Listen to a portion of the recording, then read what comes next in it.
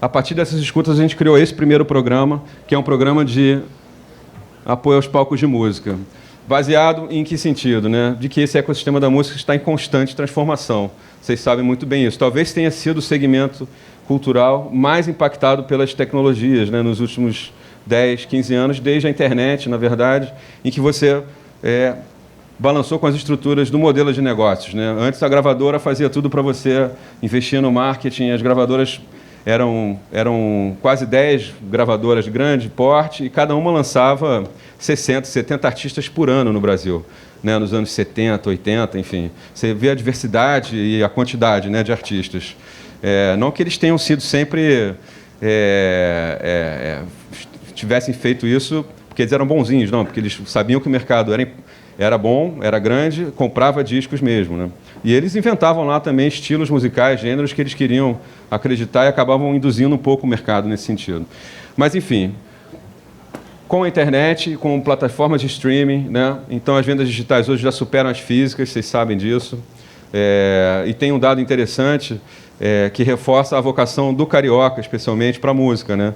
Uma pesquisa do Datafolha feita com a Prefeitura do Rio, que diz que 95% dos cariocas ouvem música todos os dias, né? Seja em alguma mídia, por acaso, no YouTube, no celular, no rádio ou na televisão, as pessoas estão sempre se relacionando com música, né? E essa pesquisa indicava também que 380 mil cariocas tocam algum instrumento, né? Então, músico tem muito músico. E com essas mudanças que ocorreram, assim, o músico ganhou e perdeu, porque gravar ficou mais simples, as pessoas podem gravar em casa, né? As tecnologias avançaram. Distribuir também, você contrata uma distribuidora digital, mas fazer shows está muito mais complicado hoje em dia. É a reclamação que eu mais ouço. E olha só que curiosidade, era a reclamação que eu mais ouvia 20 anos atrás. Então, o mercado não mudou, não resolveu esse dilema, né, dos pequenos e médios palcos no Rio de Janeiro. E as razões para isso são várias, né? Assim, a gente tem uma crise global mesmo, nesses palcos de pequeno e médio porte, por questões diversas. Seja porque o aluguel ficou muito caro, as pessoas mudaram seus hábitos, né? Não saem mais tanto para ver show, você tem outras opções de entretenimento hoje, né? Netflix, TV a cabo, enfim, uma série de outras coisas. Você tem uma questão de regulação dessas atividades que é cruel, e não é só no Rio de Janeiro, infelizmente. Cada vez mais difícil você conseguir um alvará para ter uma casa de shows, ou um bar com música ao vivo, ou um espaço cultural que faça isso. Você não tem acesso a patrocínios, ao contrário do Duda Magalhães. Conta para ele. É muito difícil conseguir patrocínio para um lugar de pequeno porte, porque a marca vai olhar, peraí, você tem 100 lugares aqui, cara, eu não me interessa em colocar a minha marca, quer dizer, mas ela não está entendendo o intangível que está envolvido naquilo, e da fidelidade daquele público. E, na verdade, se você pensar em rede, né, a gente fez esse estudo, esse levantamento que eu vou mostrar para vocês aqui. O quanto movimentam esses pequenos negócios no Rio de Janeiro, né? Então, assim, Londres, Paris e Barcelona já perceberam esses riscos e estão estudando também por que esse fenômeno está acontecendo. E esses espaços eles são muito importantes para a indústria do turismo nessas cidades, né? Música está diretamente relacionada a isso, né? Então, em Londres, 35% dos palcos para novos músicos fecharam em 7 anos. É um dado fortíssimo, né?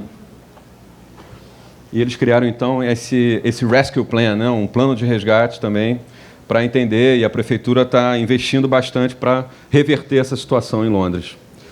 Aqui, como eu já falei, a gente sabe que tem forte vocação para a música, a gente tem festivais de grande porte, como o Rock in Rio, tem outros na capital, tem um no interior também, tem o Rio das Ostras Rock and Blues, você tem o Vale do Café, que também tem música super presente, você tem diversas opções, nem sempre são tão divulgadas para a gente aqui na capital, né? E a gente também quer reforçar essa comunicação desses festivais de menor porte, mas que movimentam bastante a economia local desses lugares.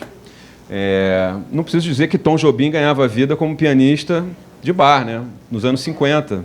Era assim que ele pagava as contas, entendeu? Também dava aula de piano, né? Mas ele tocava nesses labirintos de casas em Copacabana, isso antes de estourar, né? A Bossa Nova, 58 e tal, João Gilberto, naquele disco. E foi assim com vários outros ritmos também, né? Se você pensar, Gil e Caetano cantavam aqui, nas pequenas boates que existiam também, né? O Amaral tinha uma casa chamada Sucata, na Lagoa, em que eles faziam vários shows lá, e assim eles iam formando público. A outra casa do Nelson Mota, que era o Dancing Days, na Gávea, onde hoje é o Shopping da Gávea, na época não era o shopping ainda. Vários artistas tocavam ali, né? Então, a motivação do programa é promover o apoio a esses palcos, reforçando a nossa identidade musical do Rio de Janeiro. A gente criou um circuito e a gente está pensando esse modelo ainda, mas é um modelo de apoio em que cada palco receberia R$10 mil por mês para poder fazer pequenas adequações, investir em melhoria do som, isolamento acústico e, se puder, pagar mais cachês também. Isso é o mínimo do mínimo que a gente imagina que seja útil para esses palcos, né? Eu estou falando assim, de palcos como o Beco das Garrafas em Copacabana, o Bar Semente na Lapa, Áudio Rebel em Botafogo, mas Zona Norte tem vários também, na Baixada também tem muitos lugares importantes. E olha só, o levantamento que a gente fez com 10 palcos pesquisados, eles fazem 2.400 shows em um ano e eles movimentam 480 mil pessoas. É um Rock in Rio, né? Mas as marcas acham que eles não têm público. Então, esse tipo de trabalho que a gente tem feito um pouco lá, né? De tentar apoiar esses espaços que não conseguem apoio a patrocínio. E a gente sabe, é difícil realmente, né? Conseguir patrocínio depende de relacionamento, depende, sobretudo, também de uma boa estruturação do projeto, né? Essa questão da comunicação, dos meios digitais, do storytelling, né? Enfim, disso tudo que a gente sabe muito bem é super importante. Bom, isso aconteceu a partir dos encontros, como eu falei, e a gente está em busca dessas marcas. Agora eu vou passar para outra apresentação aqui, que fala um pouco sobre economia criativa e sobre como isso fez sentido para mim, na verdade, né? Porque, como eu falei, fiquei muito tempo sem entender muito bem qual era o setor, quem me representava institucionalmente, né? A quem eu procurava, na verdade, né? Então, eu não participava das conferências de cultura, eu não sabia quem eram os meus pares, né? Não discutia lei de incentivo, nunca usei lei de incentivo para abrir nenhum empreendimento. Olha só, se eu tivesse conhecido a Paula antes, né? Então, mais de 5 anos para cá, eu parei e falei, não, peraí, eu estou empreendendo demais e estou pesquisando de menos. Então, eu falei, vamos pesquisar onde é que eu estou. Foi aí que eu cheguei no conceito de economia criativa, que estava começando a ser discutido, né? Enfim, 2007, 2008, Ministério da Cultura, aí a Secretaria aqui, de Estado de Cultura criou uma coordenação de economia criativa, depois criou a incubadora, o Sebrae criou uma gerência de economia criativa, a Firjan também, enfim. As instituições começaram a acordar para esse campo de estudos, né, que é a economia criativa, que é o que eu acho, sinceramente, que nos une a todos aqui, né? Porque você fala de economia da experiência, economia do entretenimento, economia da cultura, está tudo isso embaixo desse guarda-chuva, que é a economia criativa. E que também tem essa questão dessa discussão que já foi colocada também de cultura versus mercado, né? Isso está sempre aparecendo, mas eu realmente acho que a gente já passou desse passo, dessa fase. É claro que o poder público tem responsabilidade de apoiar a cultura popular, talvez, né, o artesanato, vários segmentos que não têm uma penetração de mercado tão forte, né? Então, esses sim merecem apoio, merecem mais políticas públicas, né, para compensar esse desequilíbrio, né? Mas outros não. Enfim, outros conseguem sobreviver, são sustentáveis, bastante sustentáveis. Já falei um pouquinho da minha trajetória, esses aí são temas que eu trabalho hoje em dia, né? Fui mudando de carreiras, né? Fui repórter, virei produtor, aí comecei a criar associações, que eu acredito muito nessa questão da rede. Assim que eu abri a Casa da Matriz, eu fui batendo logo na porta de todos os vizinhos que trabalhavam com cultura e entretenimento. Peraí, então vamos lá, vamos fazer alguma coisa juntos aqui?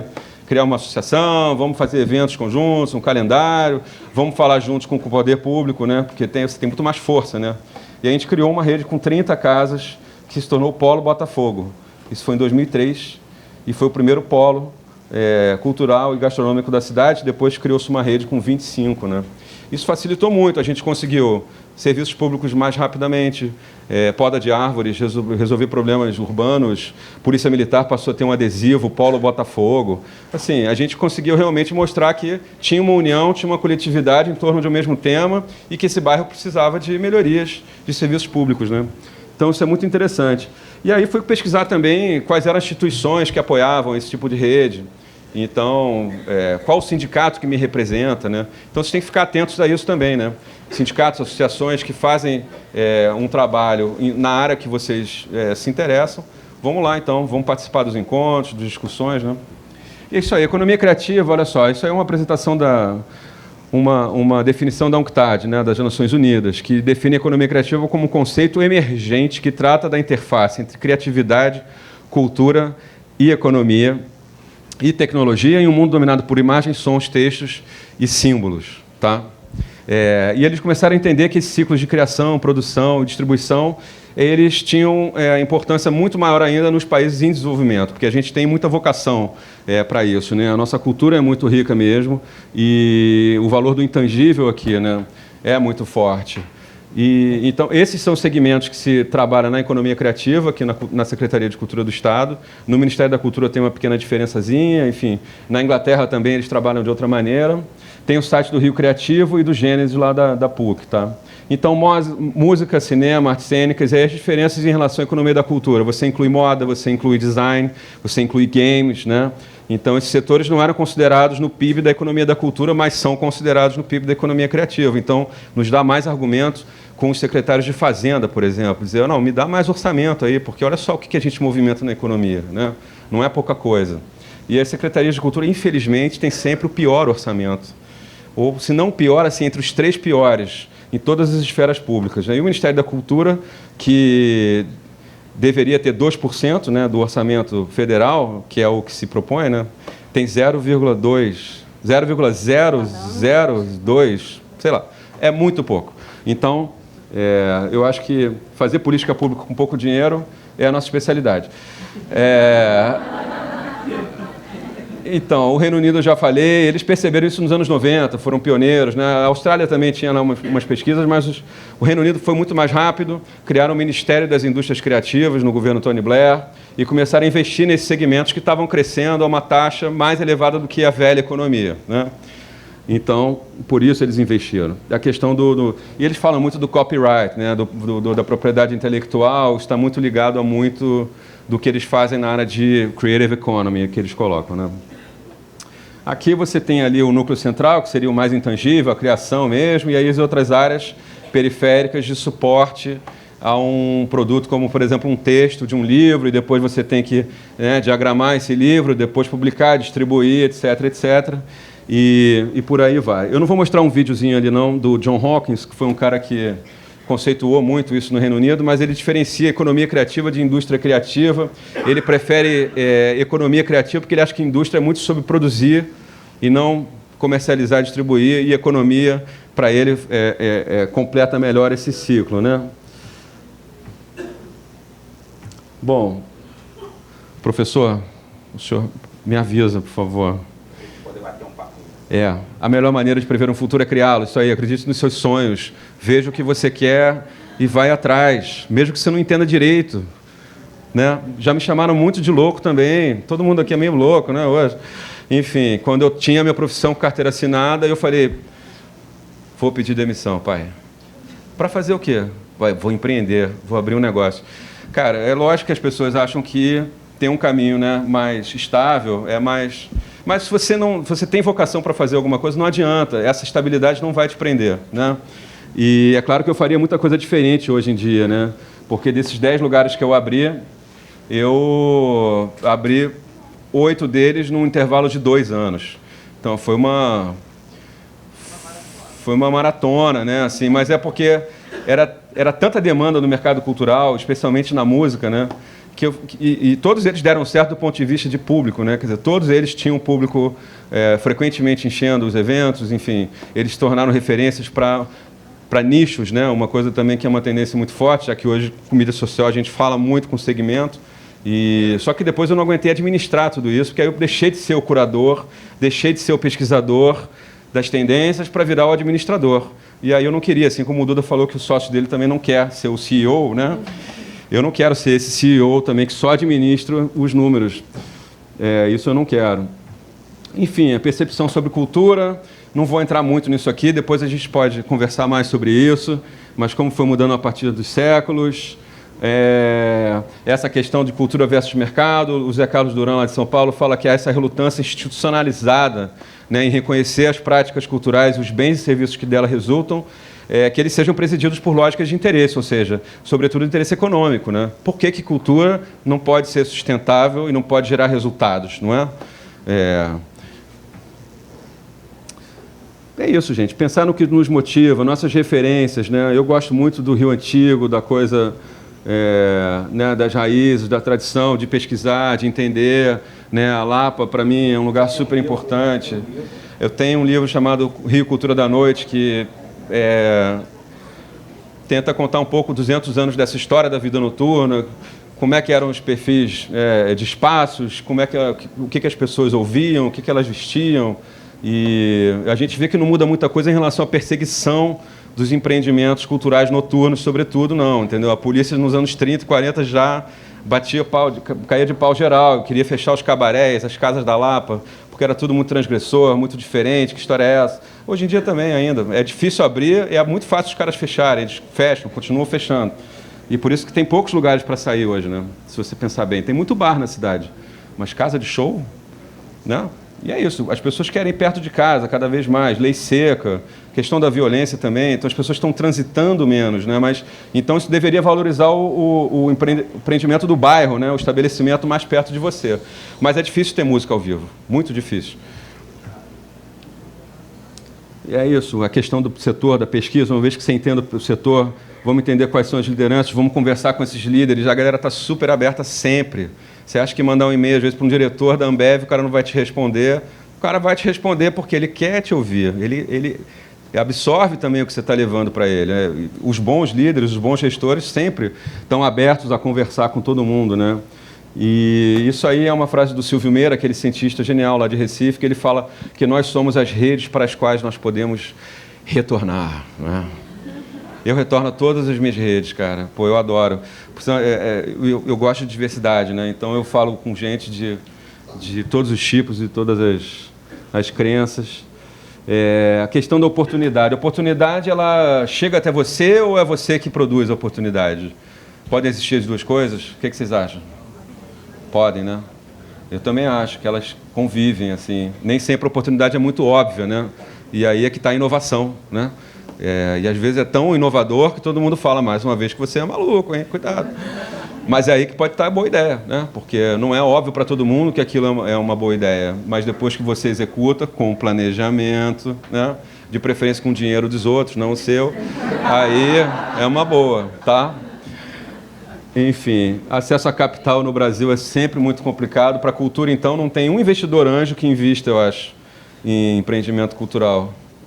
Só querem saber de tecnologia, retorno rápido, aceleração, né? Então é difícil, gente. Se quiserem trabalhar com isso, saibam que é difícil. Mas não é impossível. Estamos aqui vivos, respirando e estamos alimentados, hoje pelo menos. Tudo que podia ser inventado já foi inventado, falou o Mr. Charles Duell, comissário do escritório de patentes dos Estados Unidos em 1899. Que equívoco, né, cara? Ele falou que tudo já tinha sido inventado. E o cara dos patentes, porra, como é que pode? Então é isso, inovação é não acreditar nesse cara aqui, entendeu? Não acreditem nele. Ter afeição a risco, também já foi comentado aqui hoje. Realmente você não precisa ter um CNPJ para ser empreendedor, né? Você pode ter uma atitude empreendedora no teu bairro, no teu prédio, na tua família, né? Enfim, na tua faculdade, por exemplo. Então, mas se você for empreender mesmo, tem que gostar um pouquinho de risco, né? Não dá para achar que tudo vai dar certo e se der errado, cara. Se der errado, você tem que estar preparado para isso também, né? Então, para isso, você precisa ter um bom plano estratégico, sócios e parceiros, escolher bem os sócios. É importante que esse empreendimento tenha sócios complementares, né? De preferência, um mais criativo, outro mais administrador, um terceiro mais comercial, vendedor. Esses times têm que ser bem pensados, né? E aí tem uma série de dicas de fontes de ideias, né? Essa coisa de observar problemas e necessidades. Se você tem uma ideia de um produto ou serviço, ele vai atender essa necessidade de quem, né? Tem mercado para isso mesmo? Né? Tem que testar, tem que conversar. Sua experiência como consumidores, ideias de outros lugares, tendências do ambiente de negócio, feiras, exposições. Frequentem muitas feiras e exposições. É muito legal, é divertido, você conhece muita gente. É isso. E aqui, não sei se dá tempo para falar um pouquinho sobre essa questão de desenvolvimento local, place branding, né? Quer dizer, como é que a gente pode transformar o imaginário das pessoas sobre um lugar, né? É possível trabalhar isso? Eu tenho, por conta da secretaria, eu tenho ido muito à Baixada, e a Baixada tem esse estigma da violência, né? No Rio de Janeiro, é impressionante. Mas se você começa a frequentar a Baixada, você vê que, peraí, não é muito diferente daqui não, cara, tá tudo igual, entendeu? Então, mas agora, tem esse estigma. Como é que você trabalha esse reposicionamento do imaginário sobre a Baixada? É possível, né? Tem vários conceitos e técnicas que você aplica para isso. Tem ali umas referências que vale a pena vocês pesquisarem depois, que é o Charles Landry, lá, o britânico também, que criou esse conceito de cidades criativas, né? E o Richard Florida é um americano pesquisador que tem um livro que chama-se A Seção da Classe Criativa, e ele começou a pesquisar as cidades mais criativas americanas e fazer cruzamentos, né, de tecnologia com tolerância, por exemplo. As cidades mais criativas são as que conseguem atrair e reter talentos, né? Então, ele tem essa pesquisa que é super legal, assim. O Rio de Janeiro é tolerante para vocês? O que vocês acham? Não é tolerante. Pois é, temos que melhorar nisso.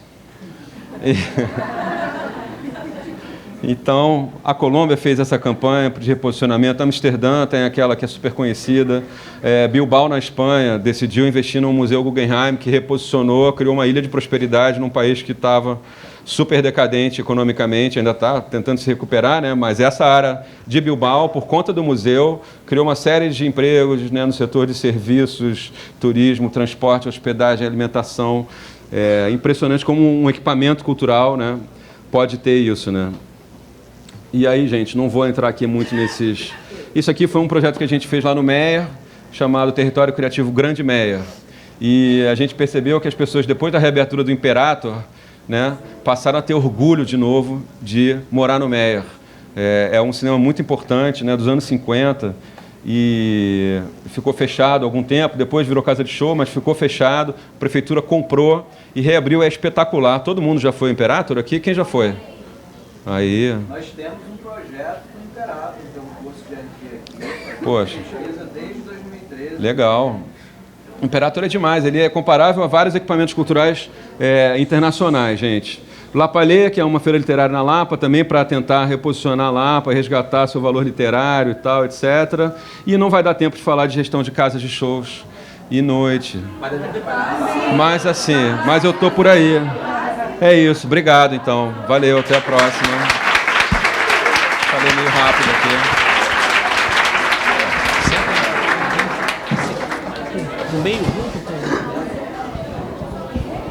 Pessoal, não acabou.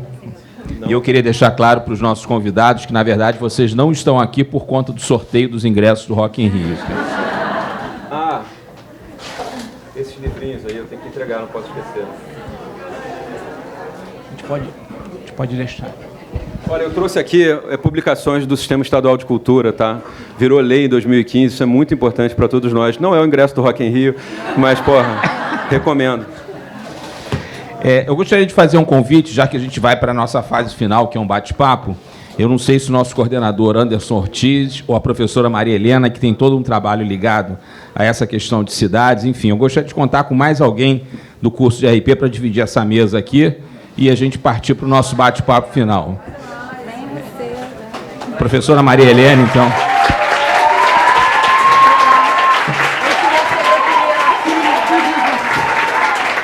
Eu tenho certeza que a Maria Helena vai ter... obrigado, para equilibrar a mesa, obrigado. Eu tenho certeza que a Maria Helena vai ter algumas perguntas interessantes. Antes de mais nada, eu queria dar um aviso, tá? Embora o Duda Magalhães tenha passado o e-mail dele, da Dream Factory, a gente fez um acordo aqui e vai rolar uma espécie de um filtro, tá, desse e-mail, porque senão, obviamente, ele não vai conseguir ler. E aí eu queria dar um aviso de primeira mão. Professor Anderson Ortiz, até amanhã, vai estar disparando um e-mail, inicialmente direcionado aos alunos de Relações Públicas, está dando o start inicial do nosso núcleo de produção de eventos. A gente já agendou o processo seletivo e reunião informativa, tá? E queria dizer para o Léo que a gente está com um projeto dentro da disciplina de produção cultural de realização do Faixa Jazz Festival no segundo semestre, Tá? E a gente espera conseguir botar no ar, agora com o apoio da Secretaria, de um empresário como o Duda Magalhães, e a referência, em termos de projeto, também da nossa Paula Brandão, para apoiar no que for possível. Então, as coisas podem sair do papel, pessoal. Isso eu queria deixar claro para vocês. E aí passa a palavra aqui, não sei se a Maria Helena quer começar com uma perguntinha. Boa noite, obrigada. A palestra foi ótima, acredito, dá para ver que foi ótima, porque o auditório está cheio, certamente não é só por causa do ingresso do Rock in Rio, embora isso seja um fator motivador. Mas é uma palestra, como eu comentei com vocês, a área de produção cultural faz parte do DNA da faixa. Eu acho que a faixa sempre teve a cultura como uma força motriz da instituição. Isso talvez explique o porquê de nós termos um grande número de alunos interessados no tema também. Nós temos vários alunos, eu acredito que jornalismo e publicidade também, mas de relações públicas que estão interessados e que, de alguma forma, atuam já como voluntários ou em iniciativas de projetos culturais. Então, eu acho que isso, né, inclusive na Baixada, tem ali a Danielis, que mora na Baixada e tem um trabalho muito ativo com uma questão de música. Né? Então, eu tenho uma pergunta, vou colocar 2 perguntas, uma para cada uma. Para a Paula, o que eu gostaria de saber mais é o lado de consultoria da Baluarte. Né? Como funciona essa parceria com as instituições? Conta para a gente um pouco como é esse trabalho, porque eu imagino que vocês podem eventualmente serem acionados, né, por outras instituições privadas ou públicas, enfim, para fazer trabalhos, projetos voltados para essas instituições, até para uma questão de alinhamento institucional, né, que você falou isso, de posicionamento institucional. Então, que você abordasse um pouquinho a questão de consultoria. E para Léo, aí é uma curiosidade minha. Eu fiz um doutorado que aí, por essa razão, sobre o Porto Maravilha e o meu eventual posicionamento, a construção de um novo imaginário, pensando no conceito de place branding. E aí eu queria que você explorasse um pouco mais esse conceito de place branding, principalmente naquela parte que você falou da Lapa, né? Então, como é que você vê projetos que estão surgindo, que me parece muito pouco abordado ainda na literatura brasileira, a questão de place branding. Como é que você vê isso, sendo um empreendedor cultural, como é que você vê esse movimento? Ladies first, né? Por favor. A Baluarte Consultoria, na verdade, ela surgiu de uma oportunidade também. De fato, a gente não tinha isso desenhado no nosso plano de negócios, mas, na verdade, nesse percurso que você tem que fazer no mercado para buscar parceiros, a gente começou a identificar que muitas empresas não sabiam o que estavam fazendo em seus patrocínios. E a gente começou a trabalhar isso com uma empresa em específico que deu abertura para a gente e começou a entender que isso era um campo vastíssimo, na verdade. Existem grandes empresas que prestam consultorias a grandes empresas, mas tem um nicho imenso de médias e médias grandes empresas que têm potencial de investimento, mas não tem uma equipe interna capaz de abraçar essa causa, muitas vezes porque não tem pessoa mesmo suficiente e muitas vezes porque não tem expertise. Então, a gente começou a encontrar caminhos para conversar com essas empresas que tinham vontade de fazer uso de uma plataforma de patrocínios, que muitas vezes até já tinham feito alguma vez e desistiram porque fizeram e não deu resultado, isso justamente porque não tinha esse racional. Então, o que a gente faz... inicialmente, a gente faz uma imersão na empresa, né? Isso sempre é junto com a equipe de comunicação e marketing, algumas vezes com RH. A gente utiliza a metodologia do Design Thinking para desenvolver esse processo de entendimento da empresa, né? Então, que propósito é esse, que sentido é esse que é interessante para ela, em termos estratégicos, dar nesses patrocínios. E a gente constrói uma plataforma de investimento. Então, a partir... de materiais institucionais, de entrevistas, de pesquisas de mercado. A gente faz uma defesa de um conceito, apresenta... Isso a gente sempre faz muito colaborativamente com aquelas pessoas que a gente define como intermediários dessa relação, né? Então, sempre que a gente fecha um contrato, a gente entende ali que pessoas são essas que vão acompanhar, e é isso, normalmente é da área de comunicação e marketing. Então, a gente faz isso de forma colaborativa até chegar numa matriz de investimento. E nessa matriz de investimento, a gente define causa, conceito, propósito, ações, linhas, qual é a verba que essa empresa vai usar, de que forma ela vai usar, como é que vai ser o processo de captação de projeto, se é um processo de captação de projeto, porque muitas vezes também a empresa quer um projeto customizado, e aí a Baluarte Projeto faz o projeto customizado, e aí o que a gente sempre se propõe é que isso seja um ciclo, né? Não termina, na verdade, o trabalho. A gente renova anualmente, porque essas diretrizes que a gente elabora são anualmente validadas com a diretoria, e, claro, tem uma instância em que a gente chega na diretoria, presidência, para aprovar isso tudo, e aí é muito legal, porque a gente envolve a empresa inteira, a gente faz questão de envolver diversas áreas, desde da contabilidade, administração, comunicação, diretoria, enfim, fica todo mundo sabendo que a empresa está fazendo aquilo. A gente sempre mobiliza a equipe de comunicação para trabalhar isso, em especial na sua comunicação interna, porque é muito importante que os colaboradores da empresa entendam o que essa empresa está fazendo, e aí a gente consegue gerar engajamento. E a gente faz o processo de avaliação de resultados. Então, todo fim de ciclo, a gente entrega o resultado, vê o que deu certo, o que não deu certo, o que precisa ser melhorado, revalida as diretrizes, e assim a gente começa tudo de novo. Eu não sei se eu te respondi. Bom, Maria Helena, sobre place branding, né, ou branding do lugar, ou esse reposicionamento do imaginário, né, e sobre a Lapa, especialmente, a gente está trabalhando esse projeto, que é o Distrito Cultural da Lapa, na verdade, retomando um decreto do ano 2000, né, publicado pela Secretaria de Cultura, enfim, desenvolvido naquela época, e que propunha, basicamente, a criação de uma governança, né, uma governança com Prefeitura, Governo do Estado, órgãos federais, todas as empresas, moradores, produtores culturais, artistas, né, para pensar essa Lapa, né, desejada, né? Quer dizer, como é que você melhoraria esse ambiente urbano que é tão diversificado e hoje é o principal polo de destino cultural da cidade, né? E principal polo de produção musical, talvez também no sentido da música ao vivo, né? São mais de 80 lugares que você pode, né, frequentar na Lapa, mas a Lapa tem várias questões, vocês sabem, conhecem bem quais são esses problemas, né? Você tem questões também de assaltos, você tem questões de iluminação pública, você tem questões de uma falta de gestão mais qualificada da questão do turismo histórico-cultural, eu acho também. A Lapa não tem música de dia, né? Então, se a Lapa se pretende um cluster cultural, musical, né? Se ela se pretende um bairro comparável a outros bairros do mundo, ou cidades que se posicionam como music cities, né, que são cidades que investem na música pelo seu potencial de impacto social e econômico, né, e também turístico, dentro do econômico, né. Então, falta muito para lá para ser isso hoje. O turista chega lá, ou o visitante brasileiro, e fica perdido durante o dia. Ele não sabe para onde ir, né. A sinalização é péssima no bairro todo, você não tem muito suporte, infraestrutura, e você não tem oferta de opções culturais durante o dia, só tem à noite. Então, a Lapa precisa deixar de ser apenas um destino noturno e ser também um destino diurno. E já na verdade, porque 40% dos turistas que vêm ao Rio de Janeiro colocam a Lapa como um programa imperdível, né? Então, as pessoas já vêm lá de fora, e isso se reflete na visita à escadaria Selarón, por exemplo, que é muito procurada, a Catedral Metropolitana também, e os próprios arcos, né? Mas, enfim...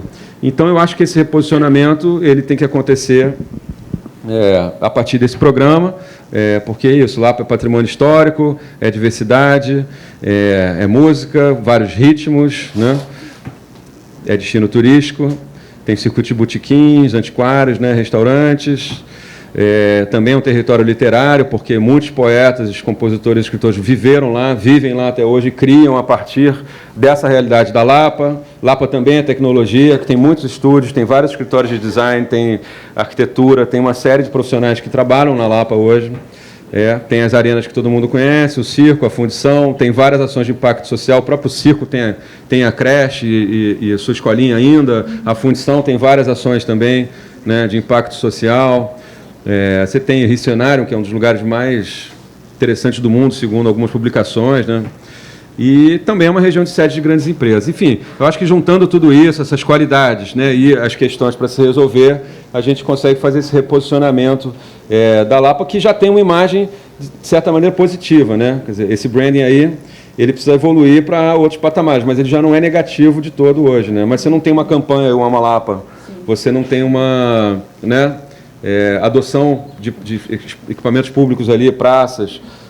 A própria praça ela não é usada pelos moradores no fim de semana, por exemplo. Toda a praça é usada pelos moradores no fim de semana, mas a praça não é, porque ela não tem nada que atrai os moradores, né, no fim de semana. Enfim, é isso que a gente está pensando, trabalhando, e vamos para a próxima pergunta, senão eu vou falar muito disso. Perguntas ali, olha.